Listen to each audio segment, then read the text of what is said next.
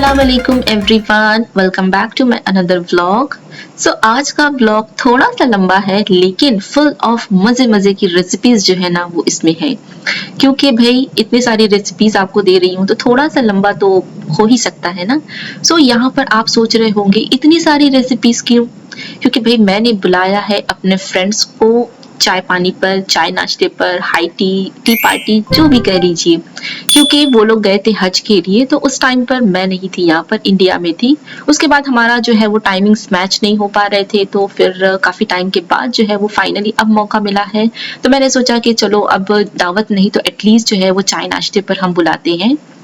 यहाँ पर जो है ना इस वीडियो में मैं आप लोगों के साथ में कुछ टिप्स भी शेयर करूंगी कि अगर आपने कोई इस तरीके की दावत या पार्टी अरेंज करनी है तो चीजों का सिलेक्शन जो है वो आप किस बेसिस पर करें।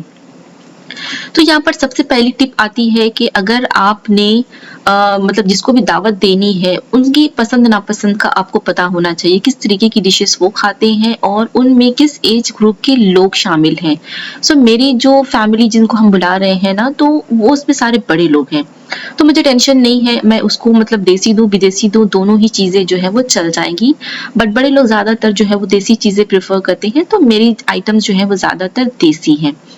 उसके अलावा जो डिशेस आप सेलेक्ट करेंगे उनमें इंग्रेडिएंट्स जो है वो सेम होनी चाहिए, ताकि आप एक प्रिपरेशन करें तो उससे 2-3 डिशेस जो है वो आपकी रेडी हो जाए। उसके अलावा जो डिशेस आप बना रहे हो बहुत ज्यादा लेंदी ना हो या बहुत ज्यादा कॉम्प्लेक्स ना हो, और अगर आप उन्हें 1-2 दिन पहले अगर रेडी करके रखते हैं तो उनका जो फ्रेशनेस है और जो उनका टेस्ट है वो मेंटेन रहे। तो इन सारी चीजों को माइंड में रख के जो है वो आप अपनी डिशों का सिलेक्शन जो है वो कर सकते हैं। और यहाँ पर मैंने आप लोगों के लिए सारी डिशेस जो है ना वो सेपरेट बना करके आप लोगों के सामने पेश की हैं, ताकि आप लोगों को हर डिश को ढूंढने में जो है वो क्लिप्स बार बार यहाँ वहां नहीं देखना पड़े। एक डिश को आप पूरा पूरा जो है वो देख सकती हैं। तो चलिए वन बाय वन मैं सारी डिशेस जो है वो आप लोगों के सामने प्रेजेंट करती हूँ। तो सबसे पहली जो रेसिपी है हमारी वो है चिकन रशियन कटलेट। वैसे तो मतलब नेट पे बहुत सारी रेसिपीज हैं इसकी, मैं ये नहीं कहूंगी कि ये कोई अलग डिश है, हाँ लेकिन जो इसका मेथड है वो काफी अलग है और यकीन मानिए बहुत टेस्टी बनता है इस तरीके से। क्योंकि जिस तरीके से मैंने जब से ये बनाना शुरू किया है ना मुझे भी इतना ज्यादा अच्छा लगता है और घर वालों को भी, तो मैंने सोचा कि आप लोगों के साथ में भी इसे जरूर से शेयर करते हैं। तो यहाँ पर पॉट में मैंने थोड़ा ऑयल थोड़ा बटर ले लिया था और उसके अंदर मैंने डाल दिया था मैदा। मैदे को अच्छे से धीमी धीमी आंच पर भून करके मैंने इसके अंदर अब डाला है फ्रेश क्रीम। आप चाहो तो जो दूध की मलाई होती है वो भी डाल सकते हो। इसे भी धीमी धीमी आंच पर हमें भुनना है तब तक जब तक इसका जो घी है ना वो सेपरेट नहीं हो जाता है। एक बार जब इसका घी सेपरेट हो जाएगा ना तब इसके अंदर जो हम डालेंगे वेजीज, जिसमें सबसे पहले जो है मैंने डाल दिया है कैरेट्स। कैरेट्स को मैंने जो है वो ग्रीन चिली के साथ जो है वो चॉप किया था, आपने प्रिपरेशन में देखा होगा पहले। तो यहाँ पर हमें थोड़ा सा इससे ना स्पाइसी चाहिए तो इसलिए मैंने थोड़ी सी ग्रीन चिली ऐड की है। 1-2 मिनट कैरेट्स को पकाने के बाद मैंने इसके अंदर कैप्सिकम ऐड किया है। कैरेट्स पहले ऐड किस लिए किया था कि इसको पकने में थोड़ा सा ज्यादा टाइम लगता है, इसीलिए पहले थोड़ा सा कैरेट्स को पका लिया है, उसके बाद हमने इसके अंदर कैप्सिकम डाली है। आप चाहो तो पत्ता गोभी वगैरह भी जो है वो ऐड कर सकते हो, बट मैं नहीं डाल रही हूँ उसके अंदर। अभी यहाँ पर मैंने वेजिस के हिसाब से ना सॉल्ट और ब्लैक पेपर जो है ना वो अभी ऐड किया है। तो अभी सिर्फ वेजिस के हिसाब से ही आप डालिएगा, क्योंकि आगे चिकन में हमने ऑलरेडी जो है वो बॉईल करते वक्त जो है वो सॉल्ट और पेपर डाला हुआ है। तो इसीलिए आपने थोड़ा सा इस बात का ध्यान रखना है, पहले ही ज्यादा चीजें नहीं डाल देनी है। और अब इसके अंदर जो है ना मैं डाल रही हूँ रेड चिली सॉस और साथ में जाएगा इसमें केचप। तो यहाँ पर इन दोनों की क्वांटिटी भी जो है ना वो आप अपने टेस्ट के अकॉर्डिंग थोड़ा सा डाल लीजिएगा। अगर ज्यादा तीखा पसंद है तो रेड चिली सॉस जो है वो आप थोड़ा सा ज्यादा डाल लीजिए। और यहाँ पर बस यही 2 सॉस जाएंगे, इन्हें अच्छे से हम कर लेंगे मिक्स। चीजों को वन बाय वन मिक्स करने से मिक्सिंग जो है वो काफी अच्छी हो जाती है। अब इसके अंदर जो हमने चिकन को श्रेड करके रखा है वो हम इसके अंदर ऐड कर देंगे। चिकन ऐड करने के बाद भी हम इसे अच्छे से पहले मिक्स करेंगे, ताकि जो मिक्सिंग है ना वो प्रॉपर होए। एक साथ सारी चीजें डाल करके मिक्स करोगे तो मिक्सिंग काफी मुश्किल हो जाती है। अब ये सारी चीजें मिक्स हो गई हैं तो इसके अंदर अब जो हमने पोटेटोज को बॉईल करके मैश किया था ना वो हम डाल देंगे। और जो पोटैटोज की जो क्वांटिटी है ना वो चिकन से थोड़ी सी ज्यादा होती है। अब इन चीजों को हम अच्छे से करेंगे मिक्स, 2-3 मिनट तक का मिक्स करते हुए पका लीजिए। तो जो फिलिंग है ना आपकी वो रेडी हो गई है। तो इसे हम निकाल लेंगे अलग बोल में और इसे कर लेंगे ठंडा। उसके बाद जो है ना आप इसे शेप दे दीजिए जिस भी मर्जी की आपको पसंद हो। तो इसे हमने कर लिया है अच्छे से ठंडा। तो अब पाम पर जो है ना हम ऑयल को ग्रीस कर लेंगे ताकि चिपके नहीं ये हाथों में। और अब जितना बड़ा साइज आपको चाहिए या जिस शेप का आपको बनाना हो उस हिसाब से जो है ना वो आप इसे बना सकते हो। मैं थोड़ा सा मीडियम साइज का ही बनाती हूँ, ज्यादा बड़ा नहीं, और थोड़ा सा हल्का सा ओवल रखती हूँ, पूरा सर्कुलर भी नहीं। और अब पहले जो है ना मैं इन सारे को अच्छे से शेप दे दूंगी और इसे फ्रीजर में रख दूंगी मैं 15 से 20 मिनट के लिए। तो ये अच्छे से थोड़े से ना हार्ड हो जाते हैं, थोड़ा सा अपनी जो शेप है ना उससे होल्ड कर लेते हैं ना, तो बाकी की जो कोटिंग है ना वो काफी इजी हो जाती है। तो कोटिंग के लिए यहाँ पर मैंने अंडे में डाल दिया है थोड़ा सा दूध और इसे हम अच्छे से कर लेंगे मिक्स। दूध डालने से जो इसकी कंसिस्टेंसी है ना वो थोड़ी सी ना थिन हो जाती है। तो जब आप कोट करते हैं ना तो जो कोटिंग है ना वो बहुत ज़्यादा थिक कोटिंग नहीं आती है, तो बहुत ज़्यादा अंडा अंडा स्मेल नहीं करता है। तो अगर आपको यहाँ पर अंडा नहीं डालना हो ना तो यहाँ पर आप कॉर्नफ्लावर की स्लरी जो है ना वो यूज़ कर सकते हो। तो अंडे में डिप करने के बाद यहाँ पर हम इसे सेवइयों में कोट कर लेंगे। तो यहाँ पर स्पेशल मेरे पास इसके लिए जो है वाइट सेवइयाँ हैं तो मैंने इसे यूज़ किया है। अगर आपके पास वाइट नहीं है तो आप ब्राउन वाली जो होती है ना वो भी यूज़ कर सकते हो। और अगर सेवई यूज़ नहीं करना है या नहीं है तो ब्रेड क्रम्ब में भी इसे कोट कर सकते हो। तो यहाँ पर देखिए चूंकि हमने इसे फ्रीजर में रख दिया था ना तो इसको होल्ड करना काफी इजी हो जा रहा है और इसकी जो शेप है ना वो भी मेंटेन है। तो इन सारी छोटी छोटी टिप्स का भी अगर आप ख्याल रखेंगे ना बनाते वक्त तो आपकी भी जो रशियन कबाब है ना बहुत अच्छे बनेंगे और उनकी शेप जो है ना वो बहुत ही अच्छी रहेगी। तो इसे आप 1 महीने तक स्टोर कर सकते हैं फ्रीजर में। और अब यहाँ पर हमारी दूसरी डिश है tandoori spring roll. Spring roll तो हमने बहुत सारे देखे भी हैं और खाए भी हैं और आई एम श्योर बहुत सारे लोगों ने बनाए भी हैं। बट यहाँ पर हम तंदूरी फ्लेवर का बनाएंगे क्योंकि जैसे मैंने आपको कहा कि हम सारी चीज़ों को थोड़ा सा देसी स्टाइल में बनाएंगे, तो इसीलिए हमने जो है वो इसे तंदूरी फ्लेवर का बनाया है। तो यहाँ पर ऑयल में मैंने पहले जो है ना कैरेट्स को डाल दिया है। इन कैरेट्स में मैंने जो है वो ग्रीन चिलीज को ऐड नहीं किया था। तो यहाँ पर कैरेट्स को हमने 1 मिनट तक का जरा सा पका लिया है। उसमें थोड़ा सा हम डाल देंगे पानी और इसे ढक करके 1-2 मिनट और कुक करेंगे तो जो कैरेट्स हैं थोड़े सॉफ्ट हो जाएंगे। अब इसके अंदर मैंने डाल दिया है ये कैप्सिकम जो हमने चॉप करके रखा था। अभी देखिए कटिंग चॉपिंग ये सारा कुछ मैंने कॉमन किया था, लेकिन डिशेस जो है वो हम इससे 2-3 बना लेंगे। अब ये थोड़ा सा पका लिया है हमने तो इसमें जो चिकन हमने बॉईल करके रखा था वो हमने ऐड कर दिया है। चिकन भी मैंने एक साथ ही बॉईल करके श्रेड किया था, बस इसको सिर्फ डिस्ट्रीब्यूट कर लिया है। और अभी यहाँ पर देखिए इसको भी हम अच्छे से मिक्स कर लेंगे। और अब इसके अंदर मैं डाल रही हूँ विनेगर। तो बस ज़्यादा नहीं, 1 टीस्पून के करीब ही इसके अंदर हम विनेगर डालेंगे और साथ ही इसमें मैं डाल दूंगी सोया सॉस। सोया सॉस भी मैं बस अराउंड 2 टीस्पून के करीब ही डालूंगी। बस यही तो सॉस हम इसके अंदर डालेंगे और कोई भी चिली सॉस या टोमेटो केचप वगैरह कुछ भी नहीं जाने वाला है क्योंकि हमें जो है वो इसे तंदूरी फ्लेवर का बनाना है। सो यहाँ पर ये सारे सॉसेस डाल करके हम इसे पहले मिक्स कर लेंगे अच्छे तरीके से। उसके बाद जो है ना हम इसके अंदर डालेंगे तंदूरी मसाला। तो यहाँ पर मेरे पास शान का तंदूरी मसाला है, आपके पास जिस भी ब्रांड का हो आप यूज कर सकते हो। तो यहाँ पर बस इसे स्प्रेड करके अच्छे से जो है मैं मसाला डाल दूंगी और बस इतनी ही चीजें इसके अंदर जाएगी। यकीन मानिए इतना अच्छा इसका फ्लेवर निकल करके आता है। अब जरूर से इसे ट्राई कीजिएगा, आपको बहुत अच्छा लगेगा।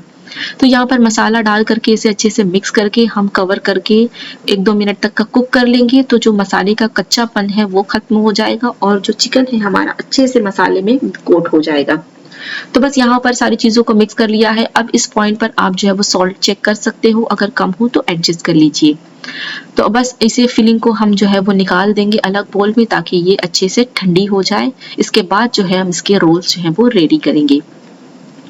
तो यहाँ पर रोल्स बनाने के लिए जो शीट है ना मैंने फ्रोजन यूज की है, आप घर पर भी जो है वो बना सकते हो। इंशाल्लाह उसकी भी रेसिपी मैं कभी आप लोगों के साथ में शेयर करूंगी क्योंकि समोसे हैं, स्प्रिंग रोल है, मैं उसके लिए शीट जो है वो घर पर ही बनाती हूँ।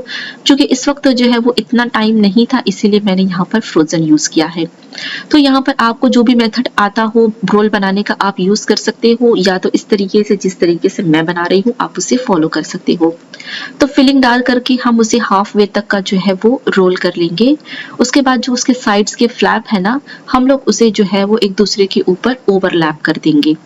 आप इस टाइम पर जो ओवरलैप करने से पहले भी जो है वो कुछ ग्लू जो है वो यहाँ पर लगा सकते हो, बट नहीं भी लगाएंगे तो इस मेथड से ये खुलेगा नहीं। अब उसे एक बार और हम रोल कर लेंगे तो जो फ्लैप है ना वो अंदर की तरफ जो है वो सिक्योर हो जाएगा। अब जो आपने मैदे का जो भी पेस्ट बना करके रखा है, आप उसे जो है वो स्प्रेड कर दीजिए बाकी की शीट पर और उसे जो है वो आपस में अभी से रोल कर दीजिए उसके ऊपर। तो काफ़ी अच्छा सा जो है वो आपका एकदम फाइन जो है वो रोल तैयार हो जाएगा और ये बिल्कुल भी ऑयल में जा कर के नहीं खुलेगा। तो यहाँ पर जो है ना कुछ 6-7 रोल मैंने पहले बना करके सेपरेट कर लिए हैं, क्योंकि इनमें मैंने अभी चीज़ जो है वो ऐड नहीं किया है। मैंने पहले ही आपको टिप बताई कि उसमें आपने आपने जिनको भी बुलाया है उनकी पसंद नापसंद के हिसाब से भी जो है वो चीज़ें रेडी करनी है।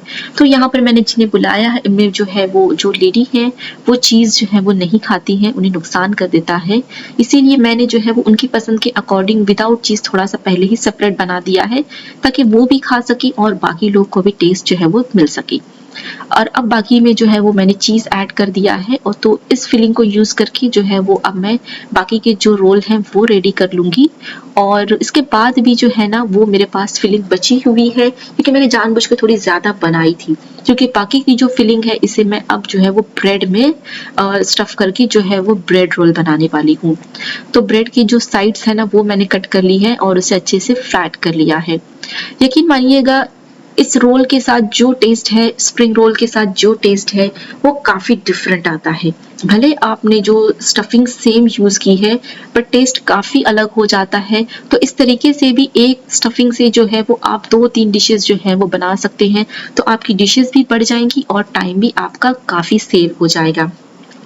सो अभी यहाँ पर मेरे फ़ोन की जो मेमोरी थी ना वो फुल हो गई थी, तो इसका जो फाइनल लुक है ना वो आप लोगों के साथ में शेयर नहीं कर सकी मैं, बट कोई बात नहीं, एंड में जो टेबल सेटिंग है उसमें आप ज़रूर देखिएगा। और अब आता है थर्ड डिश जो है रगड़ा। सो यहाँ पर मैंने सोचा कि सारी चीज़ें जो है वो ड्राई है, तो कुछ जो है थोड़ा-सा वेट भी होना चाहिए। तो यहाँ पर रगड़ा जो है वो मैंने चूज़ किया है। तो यहाँ पर उसके लिए मसाला रेडी करेंगे, जिसके लिए मैंने लिया है धनिया पत्ती, साथ में है ग्रीन चिली, अनियन मैंने ली है, अदरक लहसुन का पेस्ट है और साथ में है भुने हुए ज़ीरे का पाउडर। इन सारी चीज़ों को मिला कर के हम अच्छा-सा इसका एक फाइन पेस्ट पहले जो है वो हम रेडी कर लेंगे। और अब लेंगे एक प्रेशर कुकर, उसमें डाल देंगे ऑयल और ये जो पेस्ट हमने रेडी किया था वो हम इसके अंदर ऐड कर देंगे। अब इसमें जाएगी थोड़ी हल्दी और अब बस इतने सारे मसालों को जो है ना हमें अच्छे से जो है वो भुनना है, जब तक इसका जो कलर है ना वो चेंज हो जाएगा और जो ऑयल है ना वो सेपरेट हो जाएगा।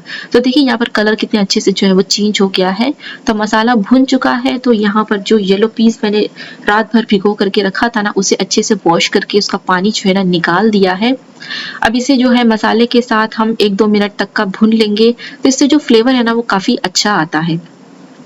आप चाहो तो येलो पीस को सेपरेटली भी जो है वो बॉयल करके इन मसाले के साथ ऐड कर सकते हो, बट आप एक साथ भी बना लोगे तो टाइम भी काफ़ी सेव हो जाता है। और अब इसमें मैंने जो है वो सॉल्ट ऐड कर दिया था येलो पीस के हिसाब से। अब इसे मिक्स कर दिया है और पानी जो है वो आपने इतना डालना है कि जब आप इसे 15-20 मिनट तक प्रेशर कुक करो तो पानी जो है वो आपका ड्राई नहीं हो जाए। तो आप जो है वो अपने प्रेशर कुकर और जो येलो पीस के हिसाब से जो है वो टाइम एडजस्ट कर सकते हो। तो बस अब इसे प्रेशर कुक हम कर लेंगे तो जो हमारा रगड़ा है ना वो भी डन हो जाएगा। और अब आता है हमारा नेक्स्ट जो है खमन ढोकला। तो तकरीबन सारी ही कुज़ीन की एक-एक डिश जो है ना वो मैंने ली है यहाँ पर। तो खमन ढोकला में इंग्रीडिएंट्स की क्वांटिटी काफ़ी मैटर करती है, इसलिए मैंने क्वांटिटी जो है वो मेंशन कर दी है। स्टेप्स जो है वो आप वीडियो को देख कर के फॉलो कर लीजिए। तो यहाँ पर बेसन लिया है छान करके, उसमें मैंने शुगर डाल दी थी, हल्दी डाल दी है और साथ में सिट्रिक एसिड जिसका दूसरे नाम है नींबू का सत है, लेमन सॉल्ट जो भी आप कह लीजिए, वो मैंने डाला है। इससे जो फ्लेवर है ना ढोकले का वो बिल्कुल बाजार वाला आता है। और यहाँ पर फिर मैंने ऑयल डाल दिया था, उसे अच्छे से मिक्स कर लिया है। अब लिया है मैंने 1 कप पानी, लेकिन अभी इसके अंदर मैं सिर्फ हाफ कप पानी डालूंगी और इसे कर लूंगी अच्छे से मिक्स। पानी जो है वो आपने अभी थोड़ा-थोड़ा करके जो है वो इसके अंदर ऐड करना है, क्योंकि हमें नहीं पता कि 1 कप पूरा लगेगा या थोड़ा-सा कम भी लग सकता है। तो थोड़ा-थोड़ा पानी डाल करके जो है वो इसे अब ग्रेजुअली जो है वो मिक्स कीजिए, जब तक आपकी जो मतलब डिज़ायर्ड कंसिस्टेंसी नहीं आ जाती। तो यहाँ पर देखिए ये जो कंसिस्टेंसी है ना, ऐसी कंसिस्टेंसी हमें जो है वो चाहिए हमारे ढोकले के लिए। तो बस यहाँ तक का हमें लाने के लिए जो पानी है ना वो इतना 1 कप से भी कम पानी जो है वो हमें लगा, इतना पानी जो है वो बच गया है। इसीलिए आप थोड़ा-थोड़ा पानी डाल करके मिक्सिंग कीजिएगा। अब यहाँ पर हमने सॉल्ट अभी ऐड नहीं किया था, तो सॉल्ट भी हम डाल करके जो है वो इसे अच्छे से मिक्स कर लेंगे। तो बस इसे हम करते हैं साइड में पहले और स्टीमर जो है ना वो रेडी कर लेते हैं। तो इतना बड़ा बर्तन आप लीजिएगा कि जो बर्तन है स्टीम करने के लिए वो आपने इसके अंदर डालो तो वो पूरा आ जाए। अब यहाँ पर स्टीम जब अच्छे से आने लगेगी तब इसके अंदर ना आप डाल दीजिए सोडा, और अभी यहाँ पर जल्दी जल्दी आपने हाथ की मदद से ही जो है ना वो इसे अच्छे से मिक्स करना है, बीट करना है, ताकि यहीं पर जो ये अच्छे से फ्लफ अप हो जाए। हमें लगता है ना कि जब हम स्टीम करते हैं तब ये अच्छे से राइज होता है, इसके अंदर जो है वो एयर आती है, तो ये हमारी गलती है। जो एयर है ना वो इस टाइम पर ही जो है वो इनकॉर्पोरेट होती है, जो फूलना होता है बैटर ने वो अभी फूल चुका होता है। स्टीमर में जाने के बाद ये सिर्फ जो है वो कुक होता है, इसलिए इस स्टेप को आप बिल्कुल मिस मत कीजिएगा और इसे अच्छे से जो है वो बीट करिएगा, फ्लफ अप कीजिएगा। जितना अच्छा वो पहले ही फूलेगा उतना अच्छा जो है वो आपका ढोकला रेडी होगा। अब यहाँ पर 20 मिनट मैंने स्टीम किया था और अब थोड़ा ठंडा हो गया है तो हमने इसे डीमोल्ड कर लेना है। तो देखिए कितना अच्छा जो है वो जालीदार हमारा जो ढोकला है ना वो रेडी हुआ है। तो बस अब इसका जो तड़का है ना वो हम रेडी कर लेते हैं। तो यहाँ पर पैन में मैंने ना 2 टेबल स्पून ले लिया है ऑयल, और इसके अंदर मैंने ना 2 ग्रीन चिली को स्लिट कर लिया है, वो डाल दिया है। थोड़ा सा ये क्रैकल हो जाएगी तो इसमें सरसों है 1 टेबल स्पून वो डाल दिया है, और ये क्रैकल हो गया तो इसके अंदर जो सफ़ेद तिल आता है वो भी मैंने 1 टेबल स्पून के करीब डाला है। इसके बाद मैंने इसके अंदर कड़ी पत्ता डाल दिया था, जो कि क्लिप मिस हो गई मुझसे, बट कोई बात नहीं, सिर्फ कड़ी पत्ता ही मैंने डाला था। और उसके बाद जो है इसके अंदर मैं डाल रही हूँ हींग। हींग अच्छी से आपने डालना, इससे टेस्ट बहुत अच्छा आता है। अब इसके अंदर 100 ml के करीब मैं डाल दूंगी पानी। यहाँ पर चूंकि थोड़ा सा ढोकला मॉइस्ट होता है इसलिए पानी जरूरी है। अभी इसके अंदर बॉईल आ गया है तो मैंने डाल दिया है 1 टेबल स्पून शुगर, क्योंकि ढोकला जो है वो तीखा और मीठा इसका फ्लेवर होता है तो शुगर भी जरूरी है। अब यहाँ पर इसे अच्छे से जो है वो बॉईल आने देना है ताकि शुगर जो है वो अच्छे से मेल्ट हो जाए। अब ढोकले को मैंने कट कर लिया था पहले ही, और उसके बाद जो भी आपने इसका तड़का रेडी किया है ना, इसे अच्छे से स्प्रेड करके आपने इसके ऊपर डाल देना है। एंड में आपने इसे जो है वो ग्रेटेड कोकोनट और धनिया पत्ती से गार्निश कर देना है। तो आपका जो ढोकला है ना वो रेडी हो गया है। और अब आती है डेजर्ट की बारी। तो मैंने जैसे आपको कहा कि मैंने सारी देसी चीज़ें जो है वो चूज़ की थी, और जो मेहमान है हमारे घर में पहली बार आ रहे हैं तो फिर मैंने सोचा कि मैं बनाती हूँ शीर खुरमा। तो यहाँ पर मैंने तकरीबन 2 लीटर के करीब जो है वो दूध लिया है, और इसे पहले हमने कर लिया है बॉईल। एक बॉईल आ जाए तो उसके बाद हम इसे 4 से 5 मिनट पहले धीमी आंच पर जो है वो अच्छे से ऐसे ही जो है वो कुक करेंगे, क्योंकि दूध जितना अच्छा कुक होता है ना उतना ही फ्लेवर उसमें आता है। तो धीमी धीमी आंच पे आपने इसे थोड़ा थोड़ा चलाते हुए कुक करना है। और अब इसके अंदर मैंने 1 टीस्पून के करीब जो है वो कस्टर्ड पाउडर पानी में घोल करके डाल दिया है। इससे जो टेस्ट है ना वो बहुत ही जबरदस्त होता है, और जो दूध का स्मेल है ना वो चला जाता है। साथ ही मैंने इसके अंदर जो है वो केसर डाल दिया है। अगर आपके पास नहीं है तो मत डालिए, कोई बात नहीं। अगर आप वैनिला एसेंस डालना चाहते हैं तो एंड में वो भी आप थोड़ा सा डाल सकते हैं। अब ये 2-3 मिनट और मैंने पका लिया था। तो अब मीठे के लिए इसके अंदर हम डाल देंगे कंडेंस्ड मिल्क। यहाँ पर मैंने कंडेंस्ड मिल्क यूज किया है, आप शुगर भी डाल सकते हो, और जितना मीठा चाहिए उसके हिसाब से जो है वो आप इसे डाल लीजिए। अभी यहाँ पर कंडेंस्ड मिल्क डाल करके हमने इसे 2-3 मिनट पकाया है। अब सेपरेट पैन में मैंने ले लिया है घी, और जो ड्राई फ्रूट्स आपको पसंद हो शीर खुरमा के लिए वो आप डाल लीजिए। हम जो है वो सिर्फ काजू बादाम और पिस्ता यही चीजें यूज करते हैं, तो इसे मैंने पहले ही कट करके रख लिया था। तो ये हम इसके अंदर डाल करके इसे धीमी धीमी आंच पर जो है वो घी के साथ अच्छे से रोस्ट करेंगे। बिल्कुल भी तेज आंच नहीं करना है, अदरवाइज ये जल जाएगा लेकिन फ्लेवर अच्छा नहीं आएगा। 3-4 मिनट मैंने इस धीमी आंच पे जो है वो अच्छे से भून लिया है, तो बड़ा अच्छा सा इसका जो फ्लेवर है ना वो आ गया है। तो अब इसे हम जो दूध हमने रेडी किया था उसमें हम मिक्स कर देंगे, और अब इसे डाल करके हम 3-4 मिनट और पकाएंगे, ताकि जो घी है और जो ड्राई फ्रूट्स का जो फ्लेवर है वो अच्छे से मिल्क के साथ जो है ना वो मिल जाए। और बस जो हमने ज़्यादा नहीं पकाना है, क्योंकि हमें जो ड्राई फ्रूट्स का क्रंचीनेस है ना वो मेंटेन रखना है। और अब यहाँ पर एंड में इसके अंदर मैं डाल रही हूँ ये सेवैयाँ। ये मेरे पास ऑलरेडी रोस्टेड है इसीलिए मैंने इसे रोस्ट नहीं किया। अगर आपके पास कच्ची है तो थोड़ी सी इसे जो है वो घी के साथ आप पहले ही रोस्ट कर लीजिए। और किसी किसी को सेवई ज़्यादा पसंद रहती है शीर खुरमा में, किसी को कम। तो हमें बहुत ज़्यादा पसंद नहीं है इसलिए मैंने थोड़ी ही डाली है। और ये सेवैयाँ मेरी जो है ना गर्म दूध में भी पक जाती हैं, इसलिए मैंने इसे डाल करके फिर जो है वो फ्लेम ऑफ कर दिया था और इसे ढक करके रख दिया है। सो यहाँ पर मैंने सारे बर्तन जो है ना टेबल वगैरह पे सेट कर दिया है ताकि मुझे पता रहे कि किसमें मुझे क्या डिश आउट करना है, तो फटाफट जो है वो हमारा टेबल जो है वो सेट हो जाए। सो टेबल के साथ साथ डिशेस के साथ साथ थोड़ा सा घर भी अगर अच्छा हो, डेकोरेटेड हो, तो जो पहला लुक है ना मेहमानों के सामने वो एक कमाल का बनता है। तो यहाँ पर बस थोड़ा बहुत अरेंजमेंट मैंने घर का भी कर दिया है, फाइनल लुक आपको मैं एंड में बताती हूँ, तो वीडियो मिस मत कीजिएगा। तो यहाँ पर अब जो काम है वो फ्राइंग का है, और यहाँ पर भी जो सारी डिशेस हमने सेलेक्ट की हैं वो काफ़ी जल्दी जो है वो फ्राई हो जाती हैं, क्योंकि सब कुछ जो है वो अंदर कुक्ड है और ऊपर की कोटिंग बस हमें जो है वो हल्की सी करारी करना है, कुक करना है। सो यहाँ पर शीर खुरमा भी जो है ना वो डन हो गया है, फ्राइंग का काम भी चल रहा है, तो फटाफट जो है वो हम डिशेस को सेलेक्ट कर लेते हैं।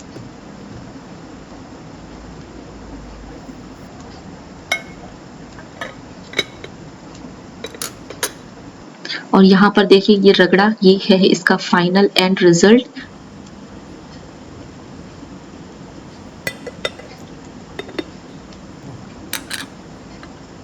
सो यहाँ पर ढोकला जो है वो भी हमने डिश आउट कर लिया है।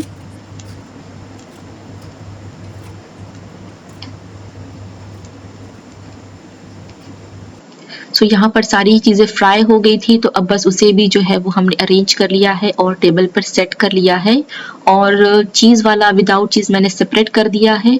सो ये है हमारा रगड़ा, और रगड़ा के साथ जितने भी लवाजमात लगते हैं वो भी मैंने सब इकट्ठा करके जो है ना वो सेपरेट रख दिए हैं, जिसको जैसी मर्जी हो। और यहाँ पर ये है हमारा चिकन रशियन कटलेट, और ये पाव के साथ भी हम इंजॉय कर सकते हैं, इसलिए मैंने पाव भी रखा है कि जिसकी जैसी मर्जी हो वो जो है वो इंजॉय करे। और यहाँ पर हमारे स्प्रिंग रोल, ब्रेड रोल, चीज़ विदाउट चीज़, ये सारी चीज़ें रेडी है। सो अल्हम्दुलिल्लाह सारी चीज़ें टाइम से पहले जो है वो रेडी भी हो गई थी, और सारी की सारी चीज़ें फ्रेश भी थी। सो गाइज आप लोगों को रेसिपीज़ कैसी लगी, और ये जो टेबल सेटिंग है और जो मेरा लिविंग रूम का डेकोर है ये भी कैसा लगा, मुझे कमेंट सेक्शन में ज़रूर बताइएगा। बहुत मेहनत से वीडियो बनी है और काफ़ी टाइम लगा करके मैंने जो है वो इसे आप लोगों के सामने जो है प्रेजेंट किया है।